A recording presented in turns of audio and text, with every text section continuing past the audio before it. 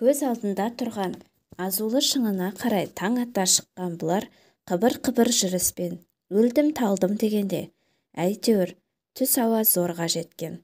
Қылкөпірге кіреберіс қақпаға дейін өлермендене ұмтылып, біреу алдынан күтіп тұрғандай, өз-өзінен ширығып, алға құлшына басқан Балзия, бетін көгала қына жапқан үйдей-үйдей шұбар тастардың арасындағы ықтасынға келіп бір-ақ құлаған. Шәйнек түбінде қалған суық шайды шүмегінен қылқылдата жұтып, таңдайын жібітіп алған соң, биіктегі жақпар тасқа жазылған өзіне таныс өлеңді іздеді. Қылкөпірдің екі жағына да бірдей жазылған «Тәуекел түбі желқайық» деген өлеңнен қуат алып, біраздан соң тағы да жылжымақ. Қайран Қылкөпір. Әр жағы енді оңай. Балзия қанша қадала қарап, іздесе де өлеңді таба алмады. Қара маймен баттастыра жазылған сөз осы күнге дейін тұрушы ма еді? Тынымсыз үрлеген жел өтінде, 50 жыл ішінде таста мүжіледі. Қара майға не жорық? Баяғыда-ақ өшіп кеткен шығар. Балзия Аманайды жұмсап, осы төңіректе бұлақ болса, су алдырып, елге жетер алдында соңғы рет шай қойып ішуді ойласа да, аштықтан бұралып, түсі келмей, бозарып жатқан немересін аяды. Күн батпай тұрып Қылкөпірден өтіп алса, ар жағында бұлақтан аяқ алып жүргісіз. Одан да сол араға жетіп алып, шай ішіп, тіпті бір түн түнеп, ертеңіне жата жастана ауылға барса да болады. Әй, бірақ ар жағында тиіп тұрған ауылға домаламаса да, адам баласы шыдар ма? Мүмкін, мен қала тұрып, Аманайды жіберермін. Мені ел адамдары келіп алып кетер. Қойшы, мені қойшы, Аманайым жетсе болды. Ана, қара, әже, ана қара. Өлерде шаршап, ұнжырғасы түсіп, көңілсіз жатқан Аманай орнынан ұшып кете жаздады. Қолын шошайтып, көрсеткен жаққа Балзия басып, әрең көтеріп, мойын бұрып қарап еді. Ұзын қысқалы состиған шыңдардың етек жағындағы қияр жартастың басында қақшиып тұрған арқарға көз түсті. Шіркін-ай, ана арқарды бір бүркіт аспаннан зуылдап келіп құлатса, мен бұрын барып алар едім. Оның еті ғой, әже, неше күнге жетер еді? Балзия күлерін де, жыларын да білмеді. Тілі зорға келді икемге. Оның еті ме? Бір үйлі жанға, жоқ, 30-40 адамға. 30-40 деймін ау. Балзия қайта ойланып есебін шығарды. 100 адамға жетеді. Ана жылы әдейі өлшегенде, бір құлжаның еті 10 пұт тартқан. Не деген көп ет, мен жалғыз өзім бір санын жеп қояр едім. Оны тобатайға салып қалай пісіресің? Симайды ғой. Балзия шыдай алмай зорға езу тартып күлген болды. Симаса әуелі құйқалақ жасаймын. Әже, сен құйқалақ жеп көрдің бе? Жасымда жегемін. Дәмсіз құр әшейін. Аузы басың күйе-күйе болады. Тух, әже-ай, қазір құйқалақ жасасам, аузы басым күйе болмақ түгіл. Әже, етті шикілей жейтіндер де бар екен. Оны саған кім айтты? Томар атам айтты. Адам баласы ерте заманда етті шикідей жепті. Қазір ондайларды білмеймін. Мен қазір шикідей де жер едім. Қой, қайдағын айтпай. Амандық болса, мына Қылкөпірден жарықта өтіп алсақ, түнделетіп елге де жетерміз. Тамақтың да неше түрлісін жерсің. Әзір шыда. Біразға дейін үнсіз жатқан Аманай әлі бір орнынан тапжылмай тұрған сақ арқарға қарап, әже, арқарды бүркіттен басқа кім құлат алады? Бүркіттің құлатқанын естігем жоқ. Әйтеуір қозықмай дейтін құс құлатады деп естігем. Сосын аңшылар мылтықпен атып алады, немесе? Жоқ, тағы қандай аң құлат алады? Тау ішіндегі ең алыстан көретін қырағылары құстан бүркіт пен ұлар да, 4 аяқтыдан тау суыр мен тау ешкі арқарда сондай.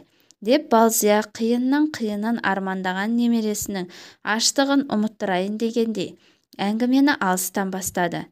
Арқардан дәмелі баланың күдерін біржола үздірейін деді. Қырағы арқар маңына ештемені жолатпайды. Жолатпайды дегенде, енді ештемені жақындаттырмайды дегенім ғой. Оған жақындайтын қарлы шыңдарда қарбарыс қана. Ол да қырағы, иісшіл аң. Қар үстінде жатқанда оны көп аң аңғармайда қалады. Тұтқиылдан атылғанда жауын не жемін көз ілестірмей қағады. Шіркін-ай, мен қазір барыс боп кетсем. Балзияның көзіне аяныштан жас үйірілді. Әже, әй әже, мына Қылкөпірден өткен соң ауыл жақын ғой, иә? Иә, тиіп тұр. Ауылға барған соң, шіркін-ай, тамаққа тойып алып, 3 күн, 3 түн, жоқ, 10 күн, 10 түн ұйықтар едім. Әрине, ұйықтайсың, демаламыз. Сосын тағы да тамақ ішеміз, сосын тағы да демаламыз. Неге? Демалып ұйқымызды қандырып алған соң ел аралаймыз. Жұмыс көп, сені оқуға беруім керек. Әже, жүрейікші, елге тез жетейікші. Иә, Аманай, кеш боп кетсе, Қылкөпірден өту қиын. Жүрейік. Жаңа аяқтанған бұзаудай, аяғы шатқаяқтап, тәлтіректеп, зорға тұрған Балзия, көзі қарауытып, маңдайын ұстап, аз тұрды да сүйретіле басып, Қылкөпірге түсті. Бұдан 50 жыл бұрын өткен жалғыз аяқ соқпаққа Балзия сағынышпен де, өкінішпен де қарап келеді. Маңайдағы заңғар шыңдар, түпсіз құлама құз, етекте мұнартқан қалың тоғай, құз етегінде шула баққан тау өзені, бәрі сол 50 жыл бұрынғы қалпы. 50 жылда ел жаңа дегенде өзгерген екі ақ нәрсе. Жол мен Балзия. Бұрын адамдардың жиі қатынағанынан ба, жолдың қара топырағы шығып жатушы еді. Қазір мүлдем адам аяғы, не ат тұяғы тимегендей, сүрлеу үстін шөп басып кетіпті. Биылғы шөп емес, тамыры бекіген ескі өлі шөп. Ара-арасында жардың бетін тұтас жапқан құлмақ па, тікенді шырмауық па, аяққа оратылып жүргізбейді. Алғашқыда түйе тайлы боп басталатын жолға әрең көтеріліп, аяғын зорға басып, тәлтіректей жылжыған Балзия да, баяғыда әлекедей жаланған, ішінде алғашқы нәрестесі бар жас келіншек емес, немересін соңына ертіп, еліне, жеріне қайта оралған еңкіш тартып, қажыған, тозған мүсәпір кемпір. Әжесі көтере алмайтын болған соң, ішінде шәйнек, тобатайы бар қоржында асынған Аманай, жол биіктеген сайын жарға қарай жабысып, құздан төмен құлап кететіндей жүрексініп келеді. Бұлар шұбыртпа жолға жиі тоқтап, дем алып, орта кезінде ұзақ жүріп жеткенде, Балзия кенеттен ішін тартып тұрып қалды. Артындағы немересі не болды деп әжесінен сұрағанша, ол тізесі бүгіліп, тәлтіректеп, жарға қарай бұрыла берген.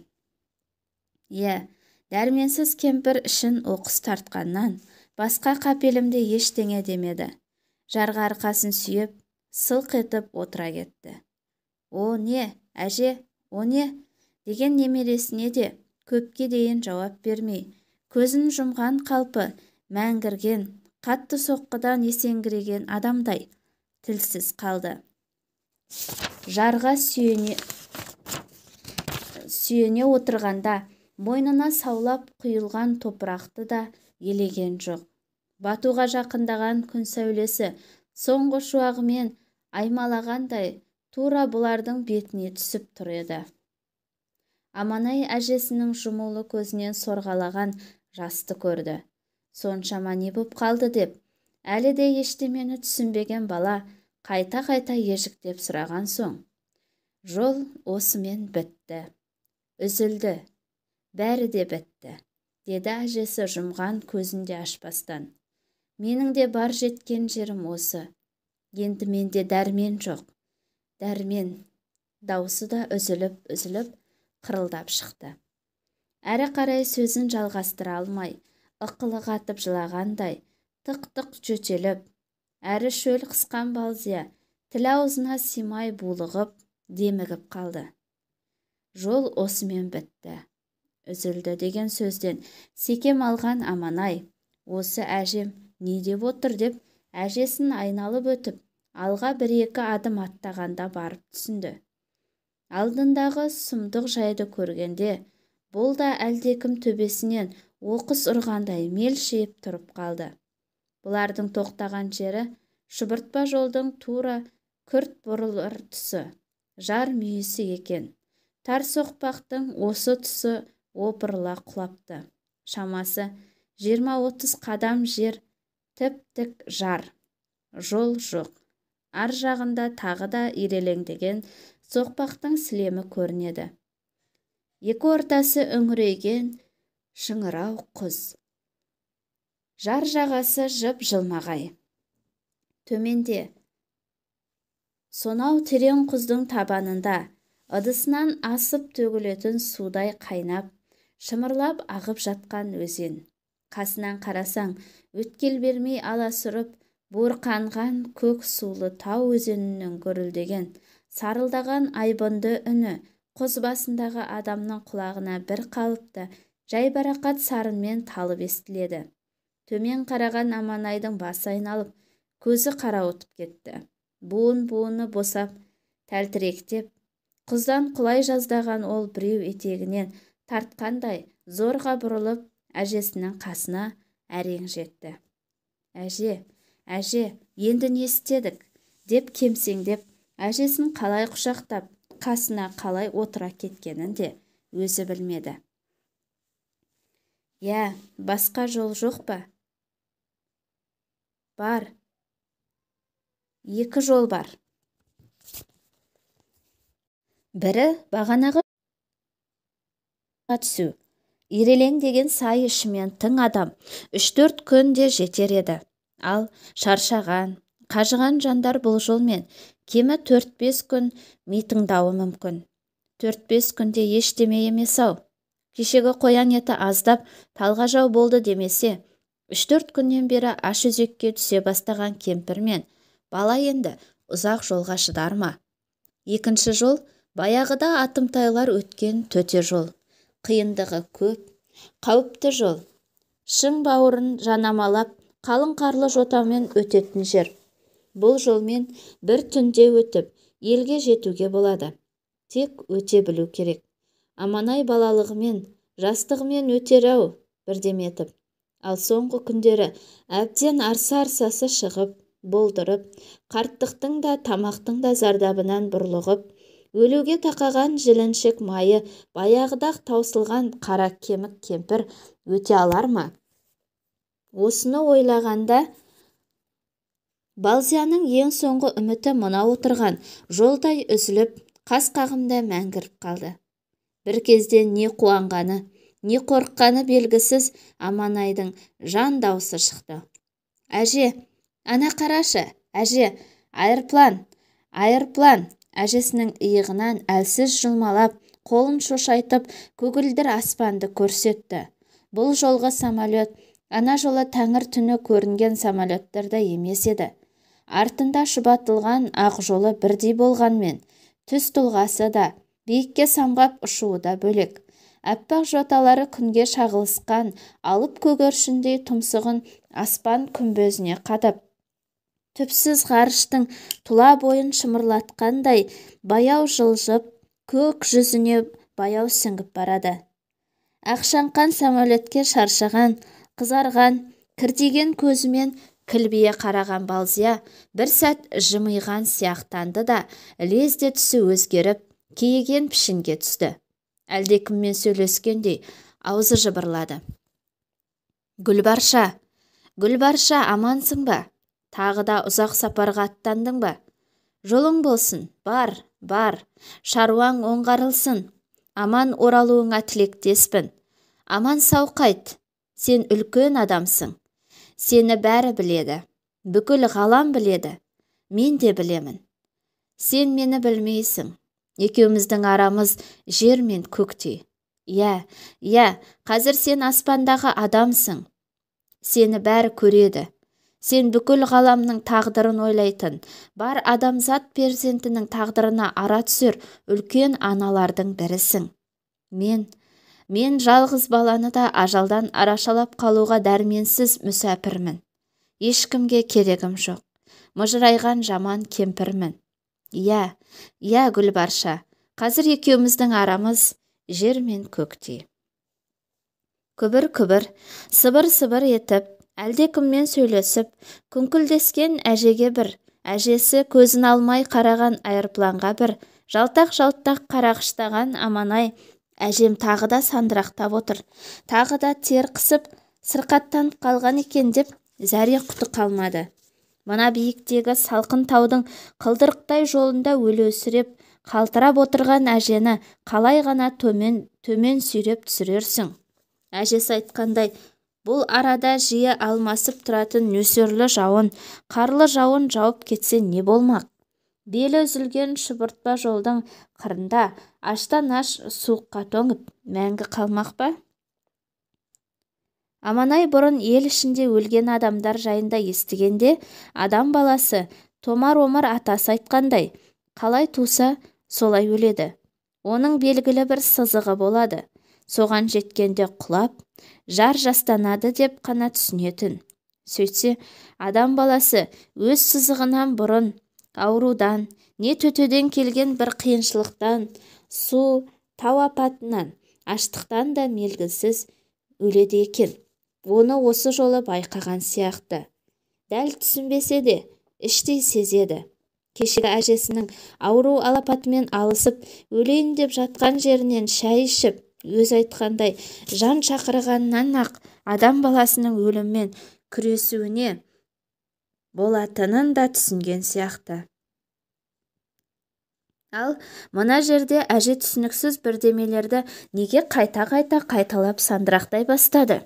Әлде мына жолдың үзілген жері әженің соңғы сызығы ма? Балзия тап бол жолы сандырақтаған жоқ. Бұдан 1-2 жыл бұрын томар-омар екеуі оқыған газеттегі сөздер есіне түскен. Газет бетінде үлкен сурет бар.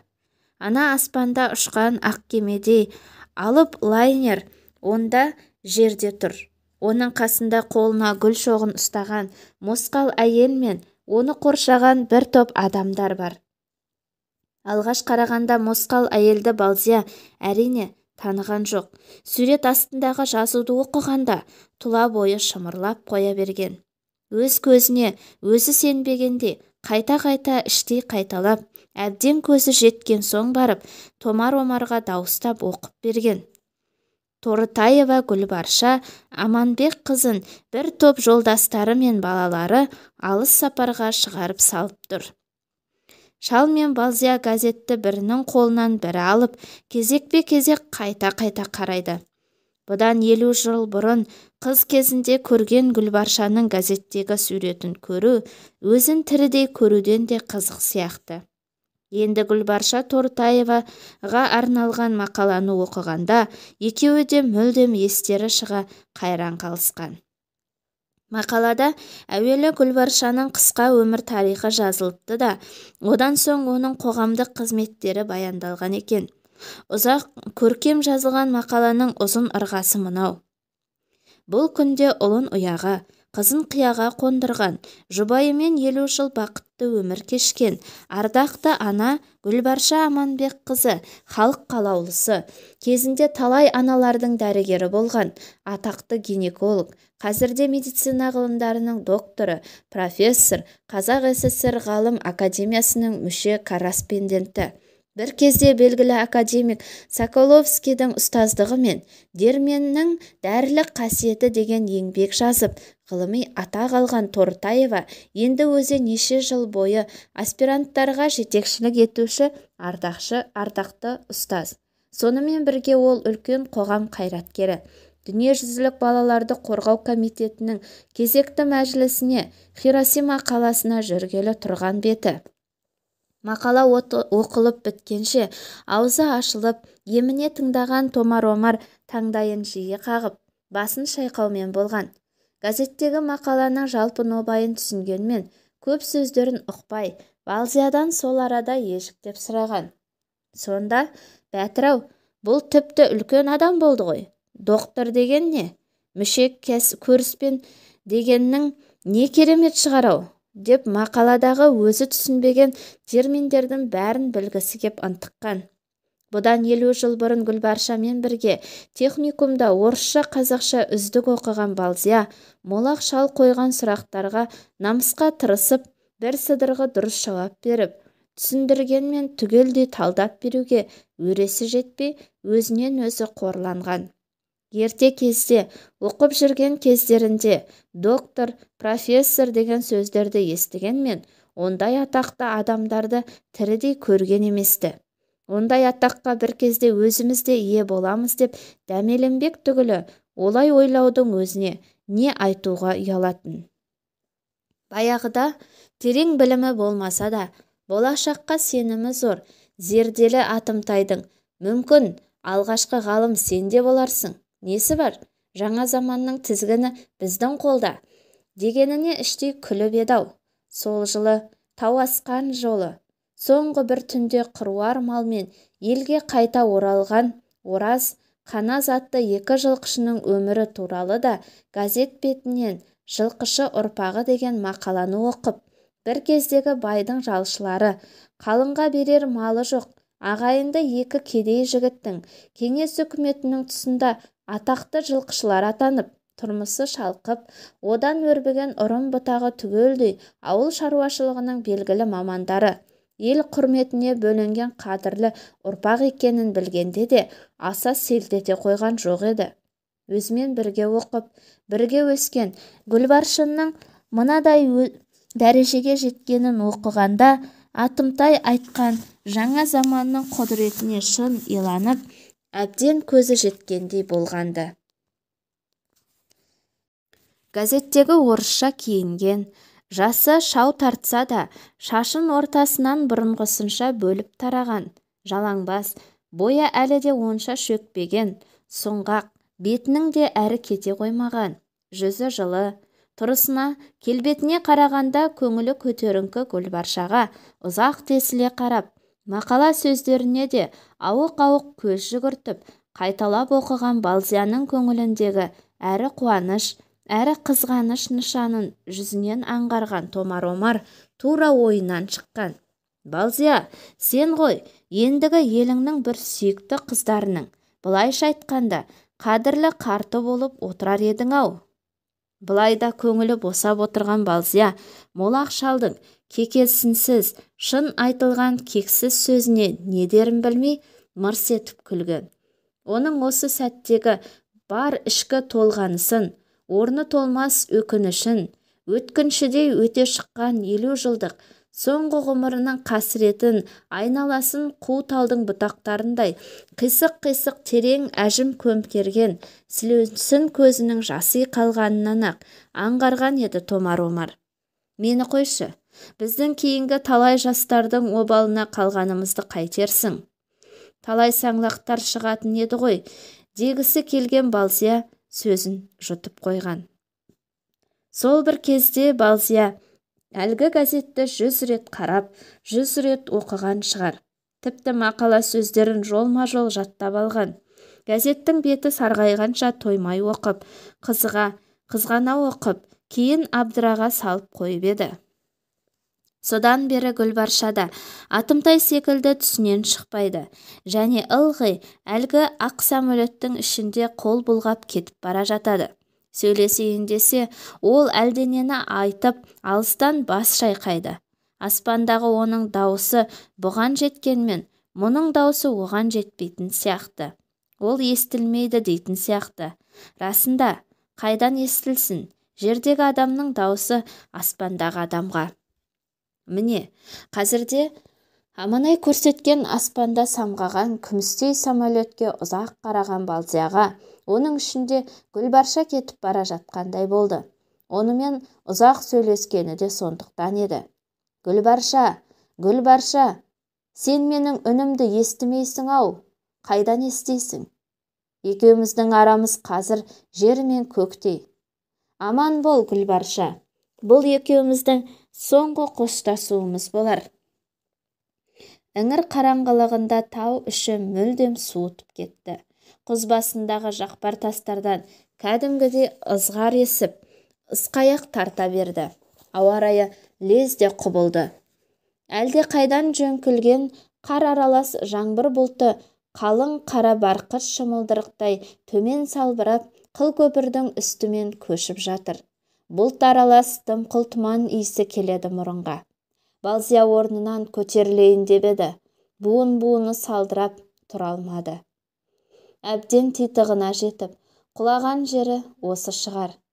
Егер қия жол тап осы арада үзілмесе, әлі де біраз жерге ілбуге жарар еді-ау. Енді қарсы қадам аттау мүмкін емес. Әлі құрып, бүкіл денесі дел-сал ұйып, басы зырқ-зырқ етіп, шыр айналып, әлде бір қараңғы тұңғиыққа шым-шымдап батып бара жатқан сияқты.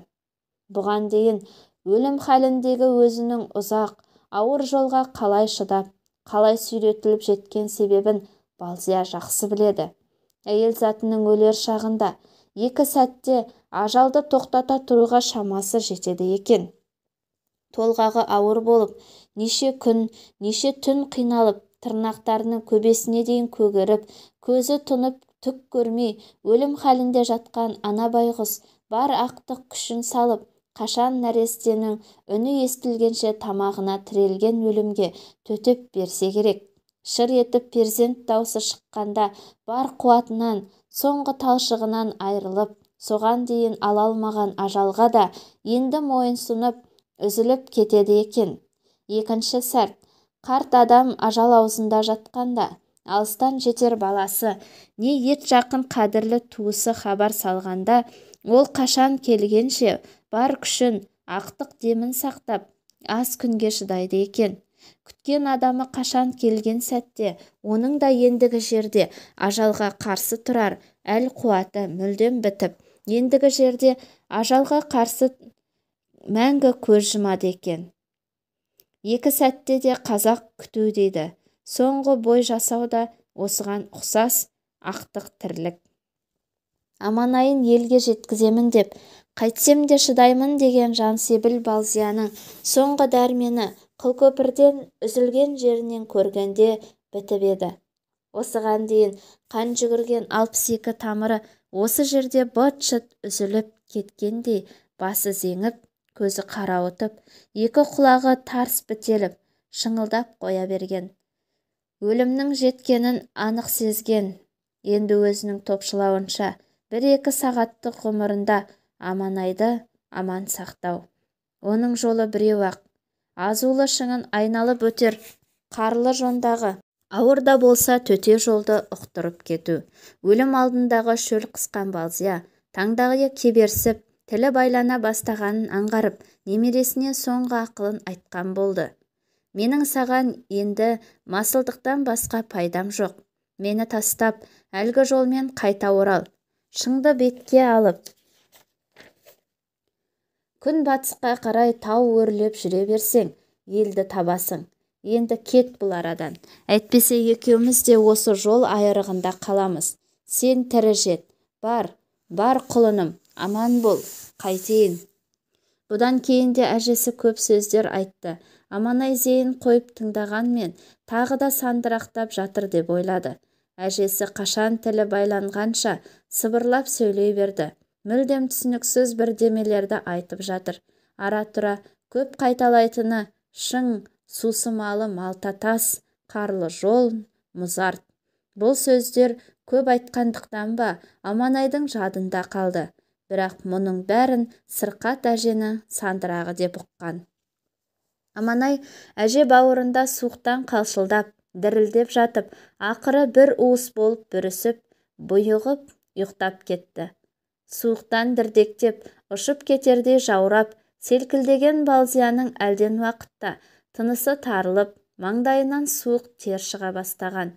Үстіндегі шапанын, камзолын әрең шешіп, Аманайдың үстіне әлсіз қолымен жапқан ол, немересінен зорға жылысып, жол бойымен еңбектеп, сидиған арық қолдары жер тірей алмай, қайта-қайта етпеттей құлап, мұрнымен жер иіскеп, ақыры ит жанды адам жер бауырлай жылжып, сүйретіле-сүйретіле жар жағасына, жолдың үзілген тұсына жеткен. Жардың құлама жеріне ілігіп, басын төмен салбыратып, ұзақ жатты.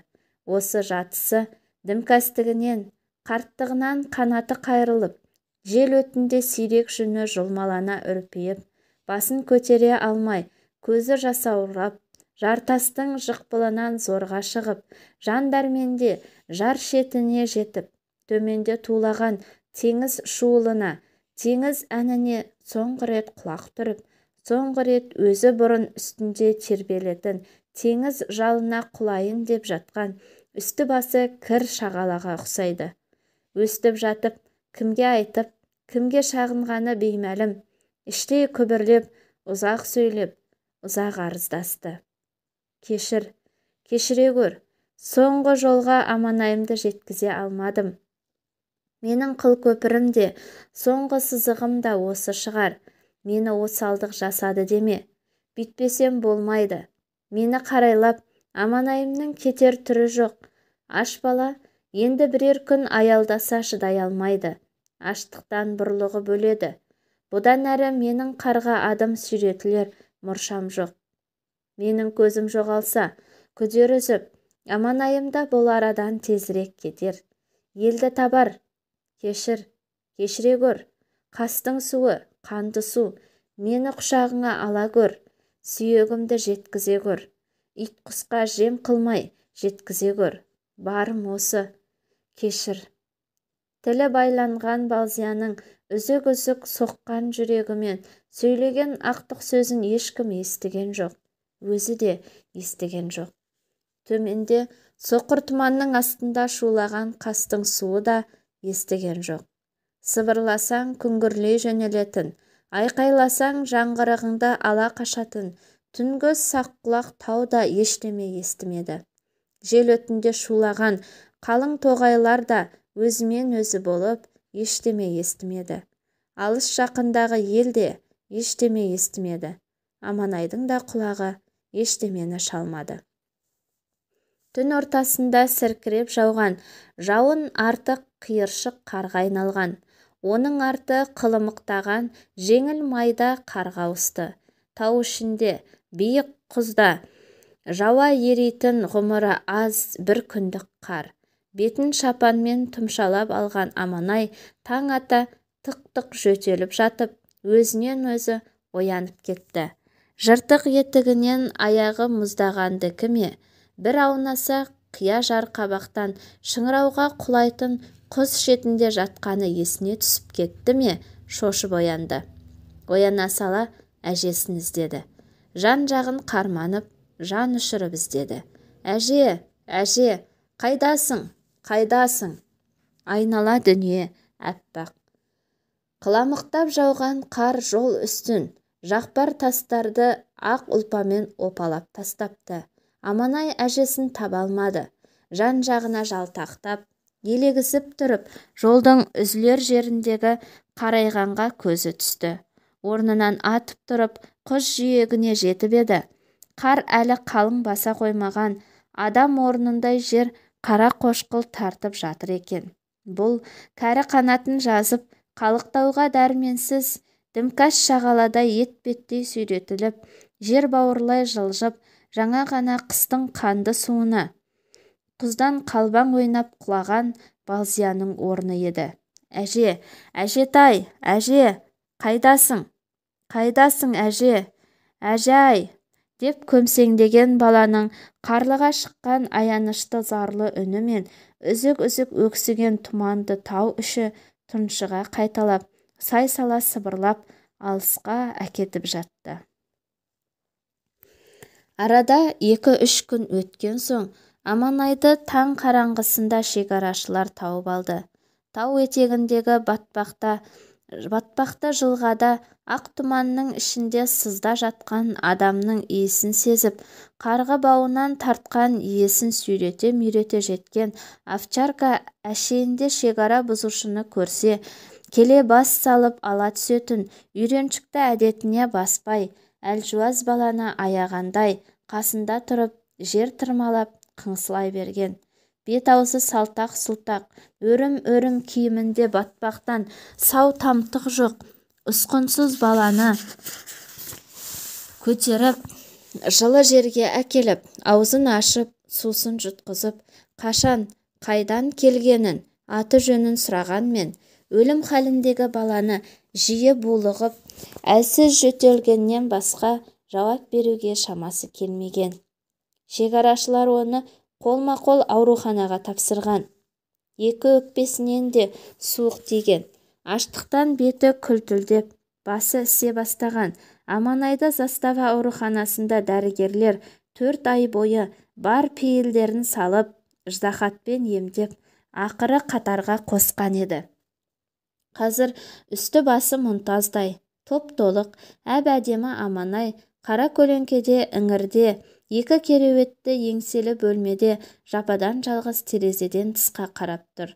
Әйнектерінде бір сызат, бармақтың басындай бір шаң жоқ мөлдір, биік терезеден ақ басты, жоңғар алатауының бір жақ мүйісі мен сонау етекте, көз ұшындағы қарлы, кең ойпатта, бір-біріне іргелес жатқан ауыл, селолардың самаладай жайнаған оттары көрінеді. «О, Аманай, неғып қараңғыда шам жақпай тұрсың?» деп шекарашылар киімін киген жігіт сырттан самбырлап сөйлей кірді де, сырт еткізіп жарықты қосты. Бұл күзде Аманайды тауып алған 3 шекарашының бірі. Содан бері ауруханаға жатқан Аманайды қолы босаса-ақ барып, көп-көп әңгіме айтып, кейін ол сауыққанда тысқа шығарып, қыдыртып, туған ағасындай боп кеткен, мінезі ашық, ақжарқын Сайлау деген сержант. Үстіндегі жасыл погонды ақ тонын шешіп тастап, босағадағы дарғарадай қоңыр шифонердің қос есігін сықырлата ашты. «Қалалардың түндегі оттарын қызықтап тұрмысың? Ертең бәрін көресің. Қане, жолға жиналамыз. Әскери тәртіп бойынша 20 минутта жиналуымыз керек. Жарты сағаттан соң машина келеді. Мынау менің чемоданым, мынау сенің чемоданың. Қане, қайсымыз бұрын жиналады екенбіз? 1, 2, 3. Терезе алдындағы Аманай былқ етпеді. Әншейінде қарсы алдынан жүгіре шығатын бала бұл жолы мойнында бұрған жоқ. Мұнысы несі? Әлде менің әскери тәртіпті айтып қалжыңдағаныма өкпелеп тұр ма? Деп Аманайдың ту сыртынан баяу басып жақындап, оның жүзіне қараған Сайлау не дерін білмей сасып қалды. Ұзын кірпіктерінен мөлтілдеп жас тамған бала да өзінің осалдығынан қысылғандай ерні дірілдеп кемсеңдеді. «Анау менің айым ба?» деді. Түк түсінбей, шыңылтыр аязды көгілдір аспанда тікесінен жаңа туған қылдырықтай күміс айға қараған Сайлау да мән-мағынасыз «Иә, сенің айың» дегеннен басқа ештеме айта алмады. «Неге сенің айың?» деп сұраудың да реті бар еді. Бірақ көзіне жас толған көңілі жарым баланың ыңғайына көшіп айтқанына көнгеннен абзалы жоқ екенін ұққан Сайлау бұл арада артық сөзді қоздырмауды жөн көрді. 3 айдай қасында болып, туысындай бауыр басып кеткен Сайлау Аманайдың бала мінезіне қанық. Бір әңгіменің басы басталса, қашанда бар ықыласымен тыңдайтын бала, әр нәрсені қашан түбегейлі түсінгенше, ежіктеп сұрап, анығына жеткенше қоймайды. Әр нәрсені білуге құмар. Әлі мектеп жүзін көрмеген бала. Не сұраса да Сайлау бәрін айтып, түсіндіруге жалықпайды. Кейде қайсы бір сұрақтардан жалтарып, тұспалдай салатыны да бар.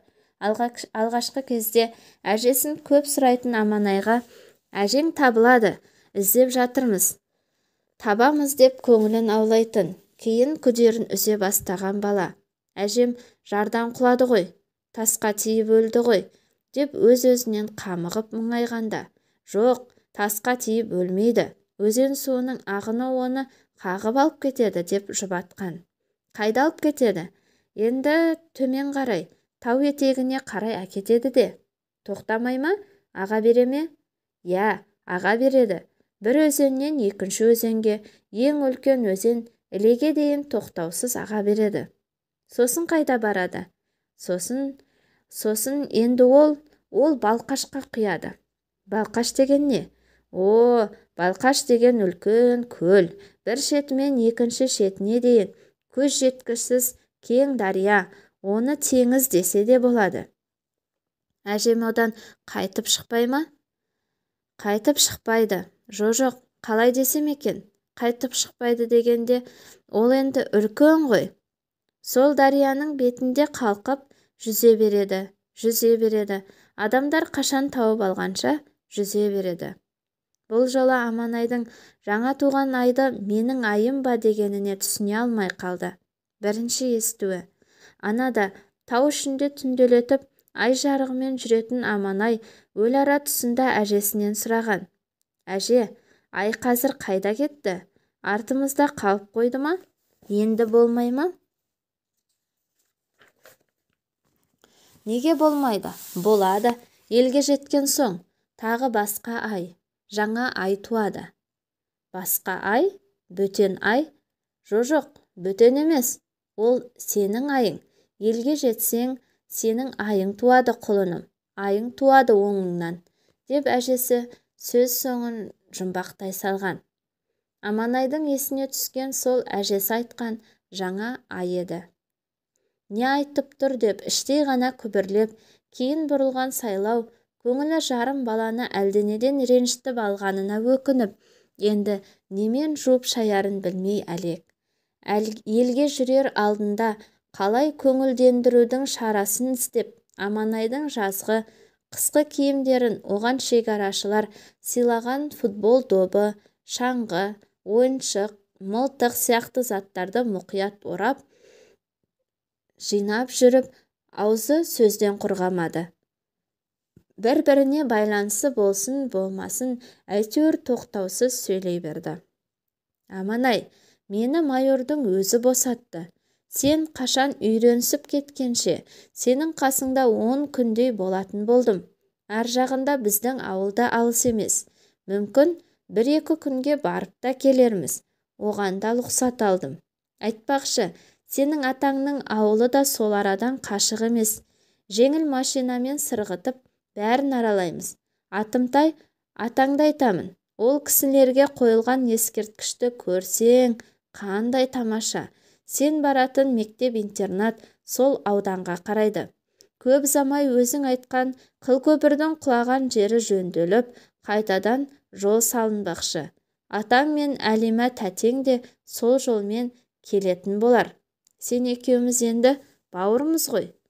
Айтпақшы, бағанадан тоқтаусыз сөйлеген Сайлау басын көтеріп, Аманайдың қасына келіп, оның жүзіне көзі түскенде тағы да аңырып тұрып қалды. Аманай тұңғыш рет Сайлаудың сөзіне құлақ салып тыңдаған жоқ еді. Бұл кезде оның есіне алыстан көрінген ақбасты Алатаудың сынығындай болып, Балқаш көлінің үстінде қалқып жүзіп жүрген ақ шашты әжесі түсті ме? Әлде Сәукеленің ар жағында қалған Әмина тәтесі мен Томар-омар атасы түсті ме? Не болмаса, сонау самаладай жайнаған құпия оттардың ішінде басталар жаңа, жұмбақ тіршілігіне жүрексіне ме?